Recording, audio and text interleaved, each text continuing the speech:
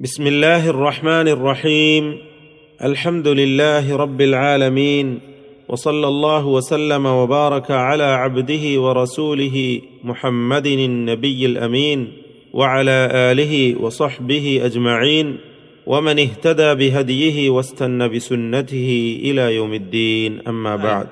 ബിസ്മിയുടെ വിധി എന്താണ്? അതുമായി ബന്ധപ്പെട്ട കാര്യങ്ങൾ എന്തൊക്കെയാണ് നാം അറിയേണ്ടതായിട്ടുള്ളത്? ഈ കാര്യങ്ങളെക്കുറിച്ചാണ് നമുക്ക് ഈ സന്ദർഭത്തിൽ വിശദീകരിക്കുവാനുള്ളത്. അൽ ബസ്മല, ബിസ്മി ചൊല്ലൽ എന്നാണ് ഇതിനർത്ഥം. സാങ്കേതികമായി ബിസ്മി ചൊല്ലലിന് പറയുന്ന പേരാണ് ബസ്മല. ഹസ്ബി അല്ലാഹ് എന്നൊരാൾ പറയുന്നതിന് സാങ്കേതികമായി പറയപ്പെടുന്ന പേരാണ് ഹസ്ബല. അതുപോലെ ലാ ഹൗല വലാ ഖുവത ഇല്ലാ ബില്ലാഹ് എന്ന് പറയുന്നതിന് നൽകപ്പെടുന്ന പേരാകുന്നു ഹൗഖല. അതുപോലെ ബിസ്മില്ലാഹ് എന്നോ ബിസ്മില്ലാഹിർ റഹ്മാനിർ റഹീം എന്നൊക്കെയോ പറയുന്നതിന് നൽകപ്പെടുന്ന നാമമാകുന്നു ബസ്മല. ബസ്മല അഥവാ ബിസ്മി ചൊല്ലൽ. എവിടെയൊക്കെയാണ് ബിസ്മി ചൊല്ലേണ്ടത്? സൂറത്തുകളുടെ ആരംഭത്തിൽ ബിസ്മി ചൊല്ലുന്നതുമായി നമുക്കൊരുപാട് കാര്യങ്ങൾ അറിയേണ്ടതായിട്ടുണ്ട്. എന്നാൽ സൂറത്തുകളുടെ മധ്യഭാഗത്ത് നിന്ന് ഏതെങ്കിലും ഒരു ആയത്ത് മുതൽ പാരായണം ആരംഭിക്കുമ്പോൾ ബിസ്മി ചൊല്ലേണ്ടതുണ്ടോ, ചൊല്ലൽ അനുവദനീയമാണോ തുടങ്ങിയ കാര്യങ്ങൾ നാം കഴിഞ്ഞ വിശദീകരണത്തിലൂടെ അറിഞ്ഞു കഴിഞ്ഞു.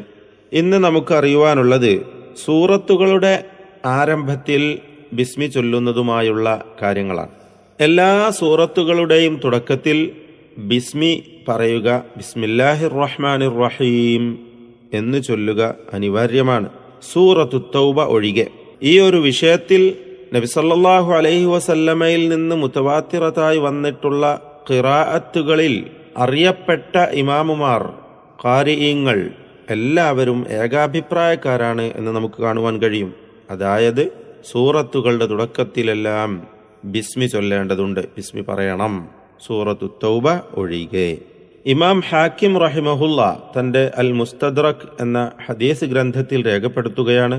ഇബ്നു അബ്ബാസ് റളിയല്ലാഹു അൻഹുമയിൽ നിന്നും ഉദ്ധരിച്ചുകൊണ്ട് അദ്ദേഹം പറയുന്നു, كان النبي صلى الله عليه وسلم لا يعلم ختم السورة حتى تنزل عليه بسم الله الرحمن الرحيم. ഇബ്നു അബ്ബാസ് റളിയല്ലാഹു അൻഹുമ പറയുകയാണ്, നബി സല്ലല്ലാഹു അലൈഹി വസല്ലമ സൂറത്തുകളുടെ അവസാനം, അന്ത്യം ബിസ്മില്ലാഹിർ റഹ്മാനിർ റഹീം എന്ന വചനം അവതരിക്കുന്നത് വരെയും അറിയുമായിരുന്നില്ല. അപ്പോൾ എല്ലാ സൂറത്തുകളുടെയും ഫാസിൽ ആയിക്കൊണ്ട് അഥവാ വേർപിരിവായിക്കൊണ്ട് സൂറത്തുകളുടെ തുടക്കത്തിൽ ബിസ്മില്ലാഹിർ റഹ്മാനിർ റഹീം അള്ളാഹുവിൽ നിന്ന് തന്നെ അവതീർണമായതാണ് എന്നറിയാൻ കഴിയും. ഈ ഹദീസ് ഇമാം അബൂദാവൂദും മറ്റും ഉദ്ധരിച്ചിട്ടുമുണ്ട്. മഹാനായ ഷെയ്ഖ് മുഹമ്മദ് നാസിറുദ്ദീൻ അൽ അൽബാനി റഹിമഹുല്ല ഇത് സഹീഹാണെന്ന് രേഖപ്പെടുത്തിയിട്ടുമുണ്ട്. ഇതിലൂടെ നമുക്കറിയുവാൻ കഴിയുന്ന കാര്യം സൂറത്തുകളുടെ തുടക്കത്തിൽ ബിസ്മി പറയണം, ബിസ്മി ചൊല്ലണം എന്നതാണ്. ബിസ്മി ആ സൂറത്തിൽ പെട്ടതാണ് എന്ന് തന്നെയാണ്. എന്നാൽ ബിസ്മി ഒരു വചനമായി എണ്ണപ്പെടുന്നില്ല. സൂറത്തു തൗബയിലാകട്ടെ ബിസ്മി ഇല്ലതാനും.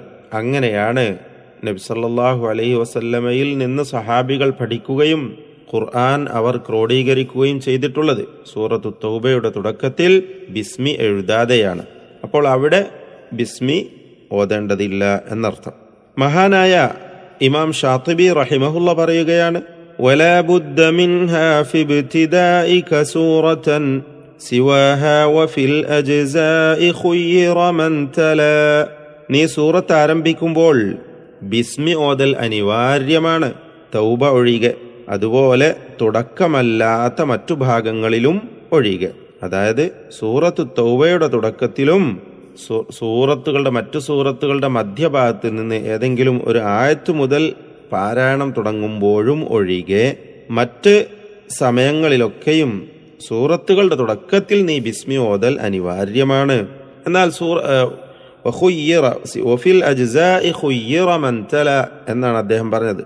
ഇടക്കുള്ള ആയത്തുകളിൽ നിന്നാണ് പാരായണം തുടങ്ങുന്നതെങ്കിൽ അവിടെ പാരായണക്കാരൻ മുഖയ്യറാണ്, സ്വതന്ത്രനാണ്. അഥവാ ബിസ്മി ഓതുകയും ഒഴിവാക്കുകയും ചെയ്യാം എന്നർത്ഥം.